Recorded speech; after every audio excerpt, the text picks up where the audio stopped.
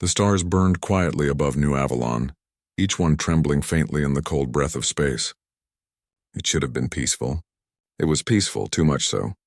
The kind of silence that makes the heart uneasy. Captain Mira Holt stood at the edge of the observatory balcony, her reflection caught against the glass. Her jaw was tight, eyes restless, hands clasped behind her back as though she were holding herself together. The soft hum of the colony's energy field was the only sound between heartbeats. "Do you hear that?" a voice whispered beside her. Lieutenant Rowan's tone was low, uncertain. His eyes darted skyward. Mira frowned. "I don't hear anything." "Exactly," he murmured. "That's what scares me." A faint wind brushed through the balcony vents, carrying the smell of ozone. The stillness pressed down heavier than gravity itself. Even the stars seemed to be holding their breath. For 200 years, humanity had known peace. After the final wars of Earth, they swore never again to lift a weapon in anger. They spread to the stars not as conquerors, but as artists, healers, and dreamers. The galaxy named them the Peaceborn. The Ardent Coalition, an alliance of ancient alien empires, mocked them for it. Humans fear their own fire, they'd say with laughter. They traded strength for silence. But Mira never trusted peace that was too quiet. There was always a cost beneath the calm. She turned to Rowan.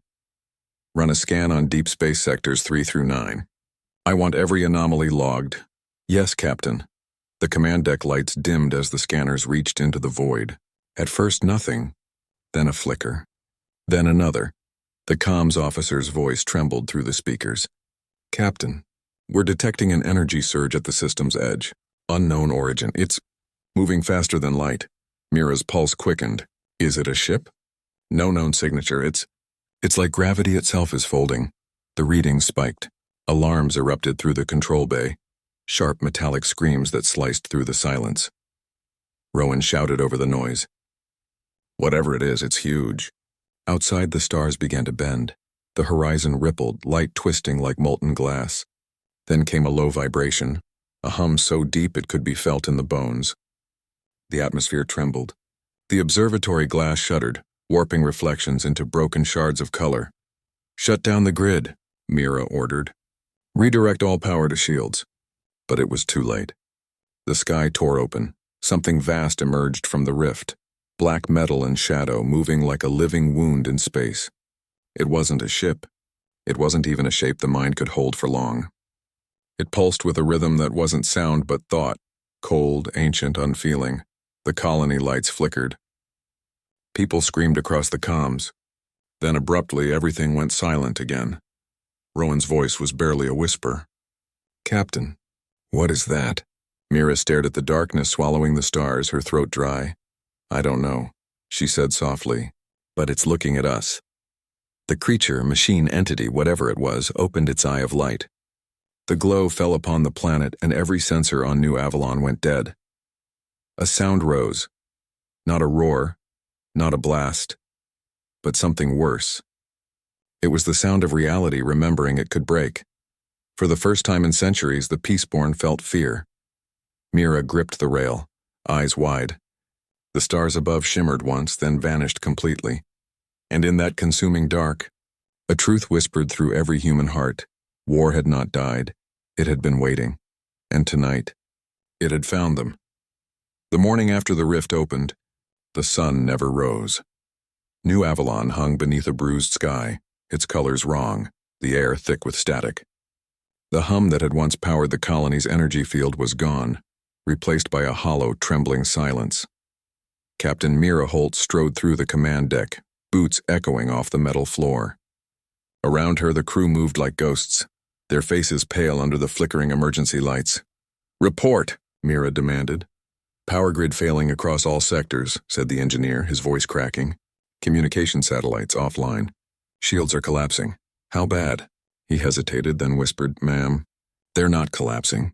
They're being eaten." A deep vibration rolled through the station, rattling panels from the ceiling. Outside, the black mass still loomed in orbit, immense, silent, devouring light itself. It shimmered with faint pulses as if breathing. Lieutenant Rowan stumbled into the control bay, his uniform stained with soot. "The outer colonies are gone," he said, voice hollow. "They didn't even explode. They just disappeared." Mira turned toward the observation window. The stars beyond were dimming one by one, swallowed by invisible waves.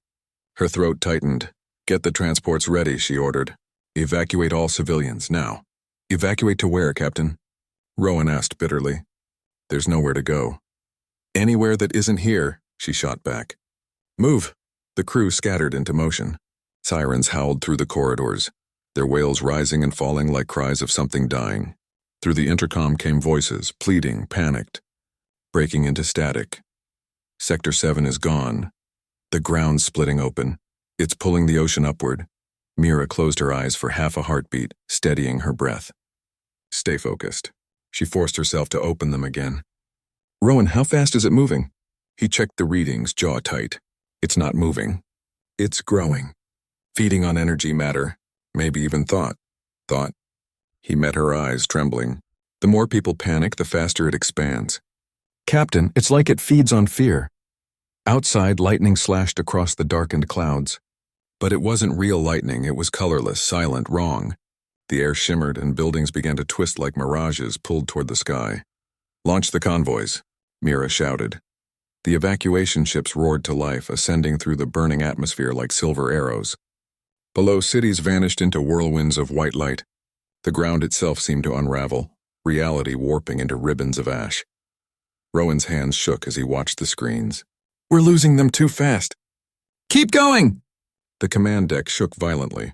Mira grabbed the console to stay upright. A low hum, deep, resonant, ancient, filled the air again, vibrating through their bones. Then came a whisper. No one could tell if it was in the air or in their minds. "You were chosen." Every head turned. The sound wasn't from the comms. It wasn't from the speakers. It was inside them. Mira's voice cracked as she shouted, "Who's there?" "Identify yourself." The whisper deepened. A chorus of countless voices speaking as one. Life, motion, chaos. You birthed the flame of conflict. You tried to silence it. Now we take it back. Then the transmission ended in a violent surge of static. Rowan's face had gone pale. "It's talking to us." Mira stared at the black sky. "Not to us," she said softly. "To all of humanity." Outside, the entity pulsed, and a ripple of darkness swept over the surface. Entire continents went dim. "Captain," the engineer cried. "If it reaches the core, New Avalon will collapse." "Get those last transports off the ground." "But you—" "I said go." Mira turned toward the viewport one last time. Her home, the green valleys, the floating towers, the laughter of a peaceful world was gone. In its place was silence and lightless fire. Rowan stood beside her. "Why us?" he whispered. Mira didn't answer right away. She just watched as the final evacuation ship vanished into the upper atmosphere, a lone spark fleeing the dark. Finally, she said, "Maybe because we forgot what it cost to stay peaceful." And as the sky cracked open and New Avalon was consumed, Mira swore an oath through her tears. If war has chosen humanity again, then humanity will choose how it ends. The stars beyond New Avalon were quiet again. But it was not the peace of safety. It was the silence that follows ruin. The survivors drifted aboard the Dawn Star, a vast research ark now turned into a lifeboat. Its engines whispered faintly, carrying 50,000 souls through the cold between suns. Every corridor hummed with exhaustion. Children cried in dreams. The lights flickered like tired eyes. Captain Mira Holt sat alone in the command chamber, staring at the empty chair beside her. The one that should have held her second in command, now lost on the planet below. Her reflection stared back from the black glass ahead, looking more like a ghost than a woman. Lieutenant Rowan entered quietly, carrying a data pad. "Captain," he said softly, "we finished the casualty count." Mira didn't turn. "Say it," he hesitated. 97% of New Avalon. Gone. Her fingers trembled. She tightened them into a fist. "How many ships made it?" 34, but only 12 have enough power to stay in flight. The rest are drifting. Mira finally looked up, eyes cold and bright. "Get me a link to the Ardent Coalition. The galaxy needs to know what's coming."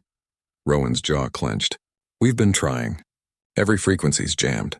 It's like the void itself is swallowing the signals." A low hum filled the air again, the ghost of a memory, the echo of what had devoured their world. Mira's eyes darted to the stars outside. They flickered, then went dim. "It's still spreading," Rowan whispered. Every night we move farther and still it finds us. Mira leaned against the console, her voice steady but quiet. We can't keep running forever. Then what? Rowan snapped, his voice cracking. We build another world? Wait for that thing to find us again?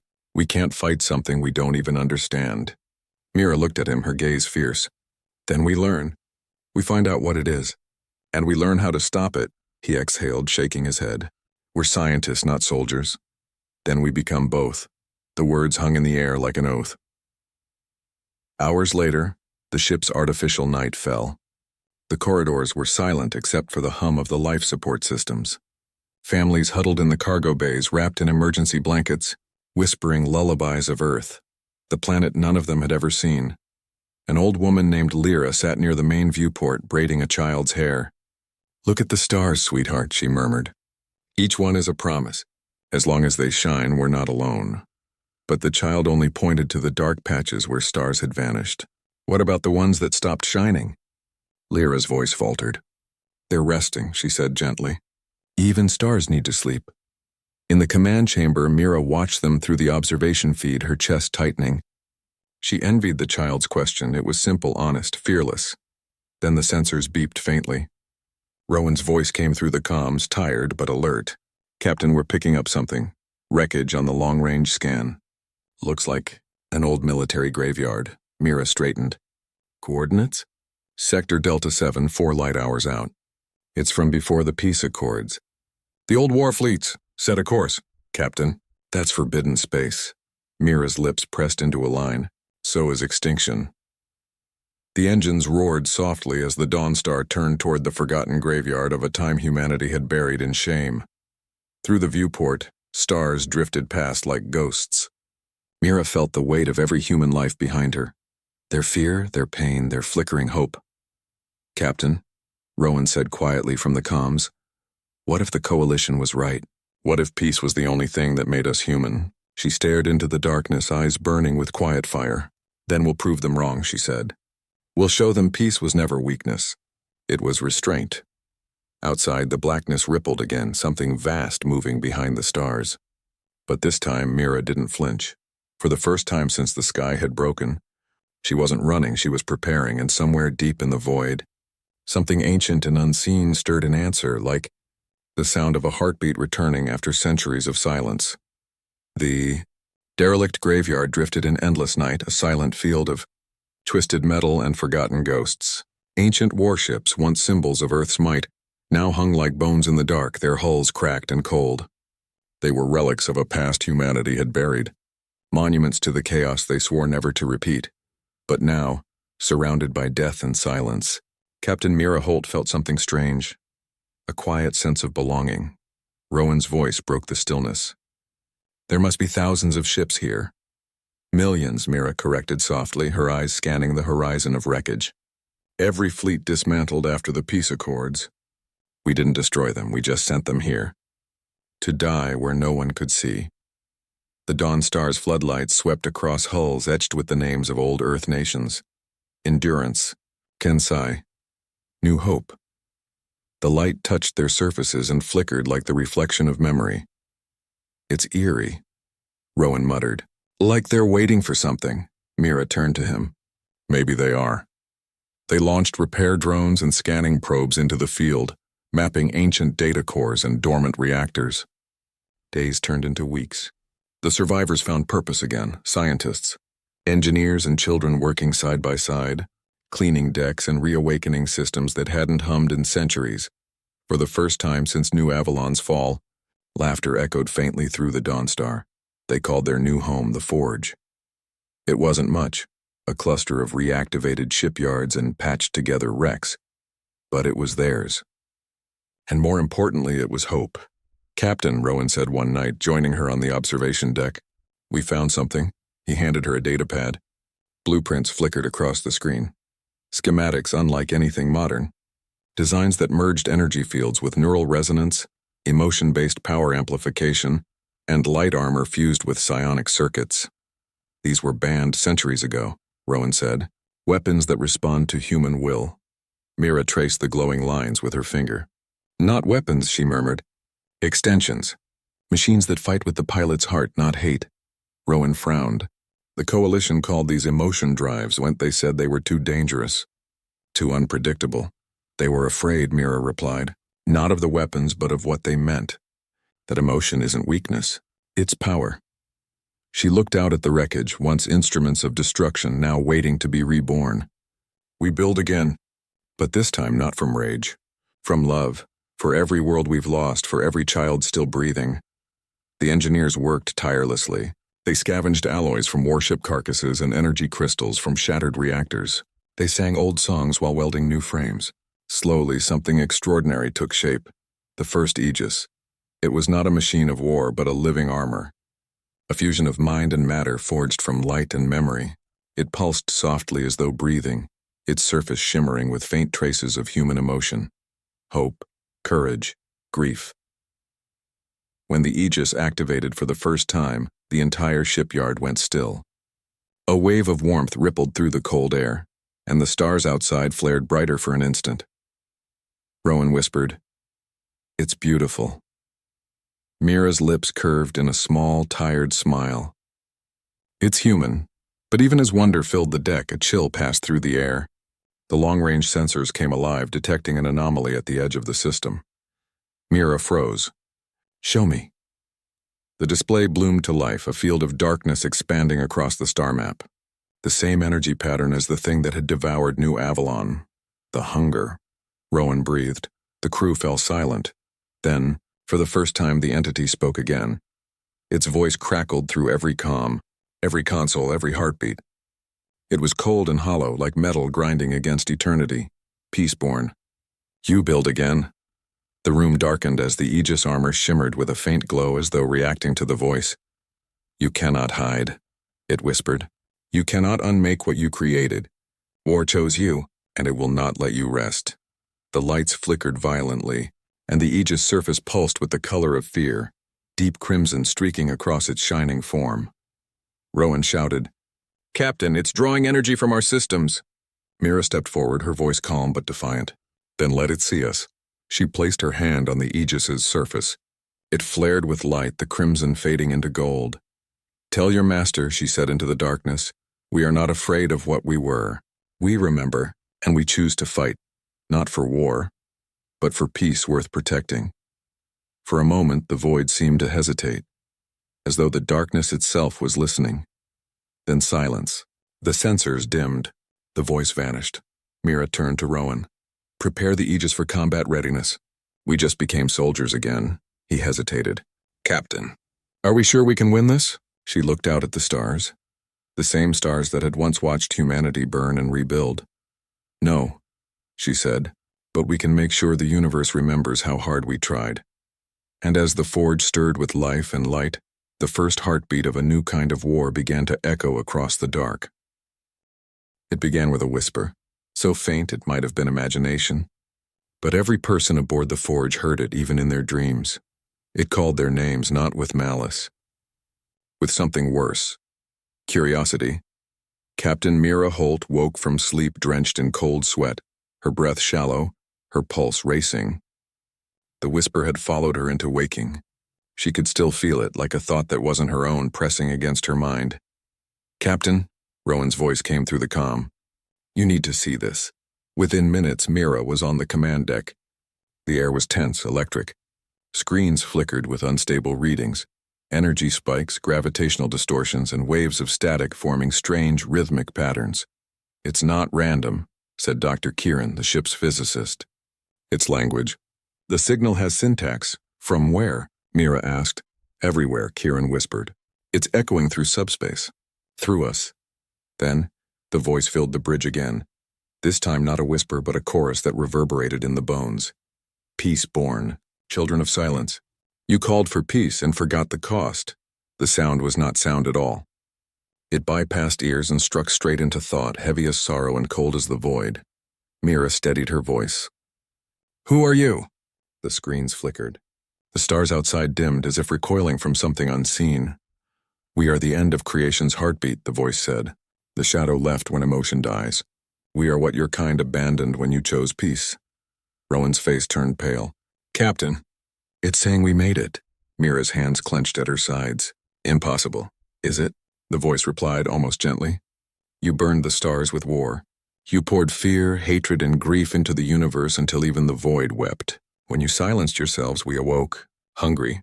The command deck trembled. Panels sparked. The voice grew louder. You tried to forget war, but war did not forget you. Mira forced the words through gritted teeth. If you think fear will break us, you're mistaken. Fear? The voice almost laughed. We are made of your fear. The bridge went black.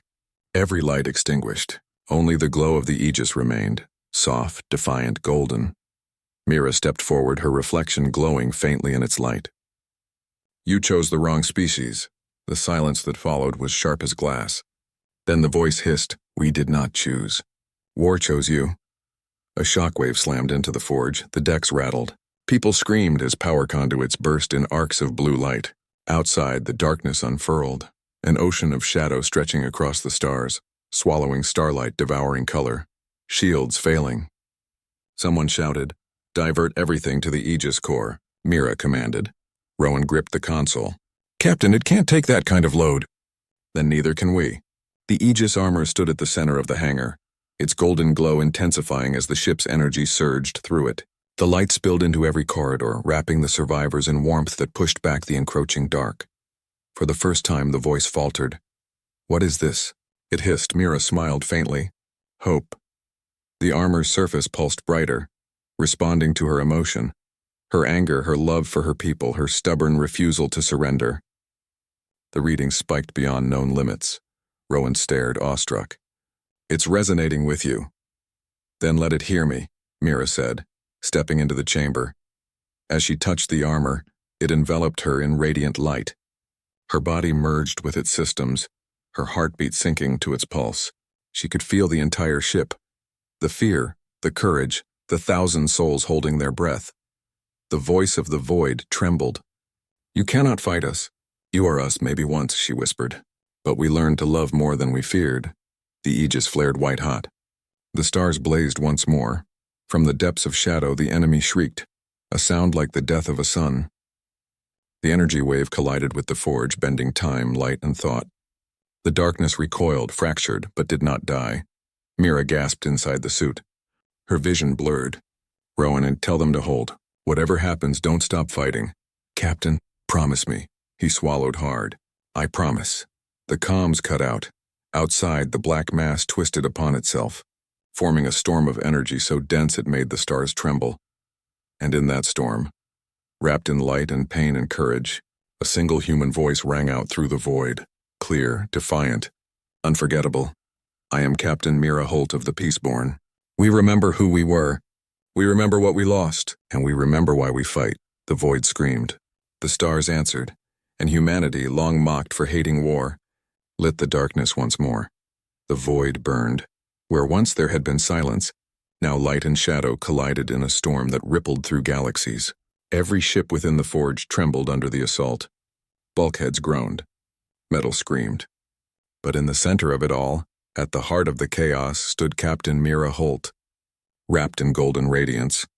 Her body was gone, replaced by the Aegis, a fusion of human will and forgotten technology, her soul pulsing through every circuit. The armor's surface shimmered with emotions too vast to name: grief, fury, hope, love. Captain, Rowan's voice broke through the static. You're losing containment. Her voice echoed back through the comms, calm, resolute. Containment isn't the goal anymore. The hunger, vast, endless, alive, folded upon itself like a storm of thought and shadow. It struck again, tendrils of dark energy lashing toward the forge, draining power, consuming every spark of fear it could find. But this time, humanity did not run. Every pilot within the reactivated ships, every survivor aboard the forge, every trembling hand gripping a console, they all fought back. The emotion-reactive Aegis network synchronized with Mira's heartbeat, amplifying courage, feeding strength through light. Rowan's ship, the Aurora, surged forward beside the flagship, its hull glowing faintly blue. For New Avalon, he shouted, for all of us. Voices replied across the comms, a chorus of defiance rising from the dark. The Aegis light spread between ships like living fire, connecting them, merging them. Together they formed a single pulse, a constellation of human will blazing against oblivion. Mira felt their unity within her mind, 1,000 hearts beating in time. For one fleeting moment she felt the impossible, the human spirit becoming something greater than flesh. The hunger screamed. It was not pain, it was confusion. It could consume hatred and despair, but not this. Not light born of love. You cannot sustain it, the voice thundered through every mind. You burn too bright. You will destroy yourselves. Mira's voice came like a whisper through the storm. Then let us burn beautifully. The light intensified. Every ship flared like a dying star. They cut through the shadows with emotion, not weaponry. Memories of laughter, of lost children, of ancient songs whispered through the void. Rowan's voice was raw. Captain, we're reaching critical mass. I know. We'll all... Yes, she said gently. But they'll live. Somewhere they'll live. The hunger twisted again, desperate now. It hurled a wave of null energy, crushing stars in its path. The shock tore through the forge, shredding decks, silencing hundreds. Mira cried out, but not in fear. She cried because she could feel every human life flickering and fading, their thoughts still singing inside her like sparks on the wind. She turned her gaze inward, to the Aegis core, glowing like a heart of sunlight. Rowan, she whispered. His reply came ragged. I'm here. I need you to finish the sequence, you'll be caught in the blast. She smiled through the static. Someone has to light the last flame. He froze. Mira, don't... But she was already reaching for the core. The energy built to impossible levels. Time seemed to slow. Around her, the ships burned brighter and brighter until they became pure light. The hunger roared, a sound of stars dying. Mira spoke softly, words carried not by sound but by will. You called us peace-born. You mocked us for fearing war. You thought love made us weak, but love is the only fire that darkness cannot consume. She pressed her hands to the Aegis core. Goodbye. Rowan, the detonation was silent, vast, eternal. A sphere of golden light expanded from the forge, engulfing the shadow. It didn't destroy the hunger, it contained it, sealing it within a cocoon of human memory. A prison of light and emotion. For a moment all the stars went white. Then, silence. When Rowan opened his eyes, his ship drifted alone among the ruins of the battlefield. The void was calm again. No trace of the enemy remained, only a faint golden nebula where the forge had once been. Mira, he whispered, tears breaking loose. You did it. The comms crackled one last time. Her voice, faint and distant, echoed through the static. Tell them, we didn't fight to win. We fought so they'd remember. Then only starlight. Rowan bowed his head. Around him the survivors wept, but there was pride in their sorrow. For in the end, humanity had done the impossible. They had faced the void without hatred, and when war chose them, they had chosen light. Centuries later, explorers from the Ardent Coalition drifted through a quiet nebula, its light shimmering with colors they could not name. They were searching for anomalies in uncharted space, unaware that they were approaching the echoes of a human legend. At the nebula's heart floated the Dawn Star, preserved perfectly in crystal stasis, a monument to sacrifice and resilience. Its hull reflected the nebula's golden glow, untouched by time. Within its chambers, data cores still hummed faintly, carrying the memories of a civilization that had faced the impossible. The aliens moved cautiously, scanning the vessel. They had heard stories of the peaceborn whispered through centuries, tales told with laughter and derision. They expected weakness. They expected ruins. Instead, they found triumph. One explorer, a tall, silver-skinned diplomat named Kirill, touched the crystal surface reverently. Through the ship's records, they heard voices, the songs, the stories, the courage of those who had lived and fought aboard the Dawn Star. Then came the message that stopped them all, a recording of Captain Mira Holt, her voice calm, resolute, echoing across the void. War did not choose us to destroy. It chose us to remember why peace matters. The words rippled through the Coalition's minds. For the first time, the aliens understood. Humanity had been mocked, called weak for fearing war. Yet in their fear, in their restraint, they had cultivated a power the galaxy had underestimated. The courage to fight without hatred. They read the logs of battles fought not with rage but with purpose, of ships powered by hope, of humans standing against the void of annihilation with nothing but their hearts and will. Every report, Every memory, every survivor's whisper spoke the same truth.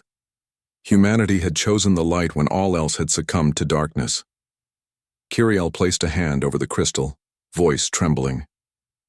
They fought war and still kept their souls. A monument was constructed at the edge of the nebula, glowing softly, a beacon in the infinite black. On its face was etched a single enduring phrase: "They mocked humans for hating war. Then war chose us, and we chose to end it." In the Coalition archives, the tale became a lesson. It was no longer a story of weakness, but of resilience, wisdom, and the unyielding spirit of humanity.